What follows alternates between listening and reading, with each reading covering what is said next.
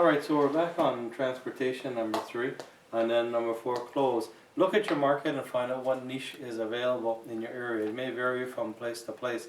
If we use, for example, Guyana, and in Guyana, maybe there's a need for people washing their cars. They don't have time. So is it expensive? $10,000, $20,000? No. You can buy one of these devices for a couple $100 for pressure treating that they use for cleaning, and you get some rags and some buckets and some cleaners and some polish, and you put 4 posts up in a shed and make a big sign, car wash. You're in business. So you can actually do things like that for little startup costs. We're going to talk about starting costs in a second, but these are niche market that you look at. So analyze your market and then try to figure out what field or area that you want to get into. Now, startup costs. The cost for starting up, as we just actually recovered that a little bit just now from the pressure treater one. You can look at the businesses that you're going to do, and some business may incur a lot of money because you have to stock a lot of inventory. Some business may not incur a lot of money, and it's minimum cost for startup. So all these depends on your budget. You have to look at your financial budget. Once we figured out the area we want, we have to look at our budget. Or we have to get a loan. If there's a great idea you have, and it incurs, $10,000, $20,000, or whatever it may be, $1 million in Guyana, for example, you may have to get a loan from the bank or from people, or you start in stages. But you have to look at your budget. You have to budget the whole thing to figure out the costs. We're going to look at do a breakdown of a startup cost of a business. Now, what we want to do before we do a breakdown cost, we want to look at all the things we require for a business. So let's just erase this, and we're going to look at let's look at the items we have to do if we want to start up a business. First, let's find a business. What's a volunteer? Computers. This one wants to do a computer business, okay? Computer business. What do we need for startup? What do you think we need for startup? Well, we need, first of all, to create a budget. So we're going to list of all the things we need for startup. Well, before we even create the budget, we need to have a location. So the location, the location is very important. Now, that's part of your budget. We need to look at let's talk about location so we can fill in some figures. Now, if you have a lot of money, you can buy your own building, so you don't have to pay rent. If you can't afford your own building, you have to rent. So location can be bought, so you can buy or rent or lease, which is the same thing, right? Now, these are 2 things for location. Well, we're not going to budget if you buy, because the building could be $100,000, $200,000, $300,000, $1 million. I don't know what the cost of building is. But we look at renting, because most cases you don't have enough money to buy the building. So we're going to look at renting. Now, where would we rent?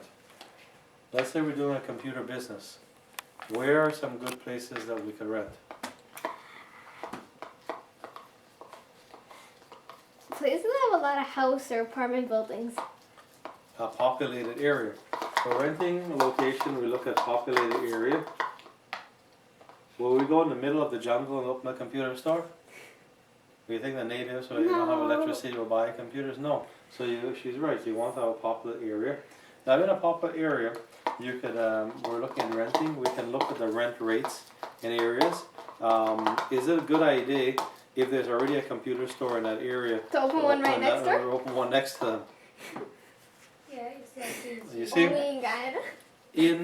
There's 2 rules of thumb. If there's 2 rules of thumb. Thumb number 1 is that you would stay away from them and go a different way, so you have your own clientele. Second rule, which I've seen very popular, you open right next to them, right across the street from them, because their efforts are already bringing clients to the area, and all you're doing is actually you're leeching on to their customers, because now the customers come there and say, wait a minute, there's another guy let me go check out his price and that price before I buy. Now you've created competition. There's competition between the two, but now you have people saying, okay, there's about 5 computer stores on the same street right after each other.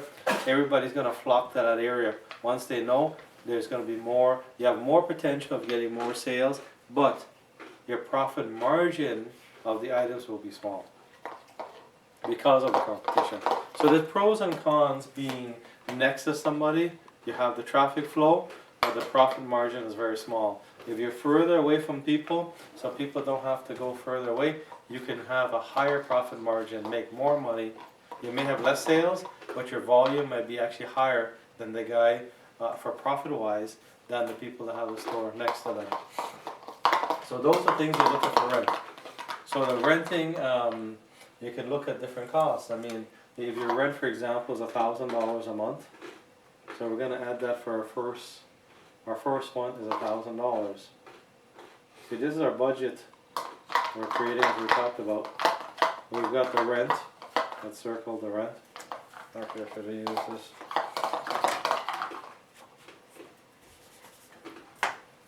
Here we got rent, $1,000 slash M, which is $1,000 per month. Okay, what else cost do we have? We have the rent, we got the place now. What else do we have a cost now? We're gonna have two types of, we have a budget per month, and we're gonna have a budget overall. Right now, let's look at our monthly budget. Phone, internet, Okay. So we've got the Yeah. telephone. Let's say telephone. And then, hydro. okay, hold on. Piano. Hydro means electricity. In many countries they don't know what I mean. Electricity. We need internet, of course, a test internet. What else? What was I thinking of some more? Let me put some figures here. Telephone, let's say $75 per month. Hydro, let's say $100. That might be higher. So let's say $300 per month. Internet, $50 per month. Okay, what else we got? I don't know. We've got a telephone. What about alarm? Security system. Alarm security. How much is that? Let's say it's $50. Salary. Huh? Salary. Yeah, we're not there yet. Well, you didn't even employ anybody yet, so. Yeah, we'll look at salary in a second. But let's look at utilities. The phone, the hydro, internet, alarm. Wow.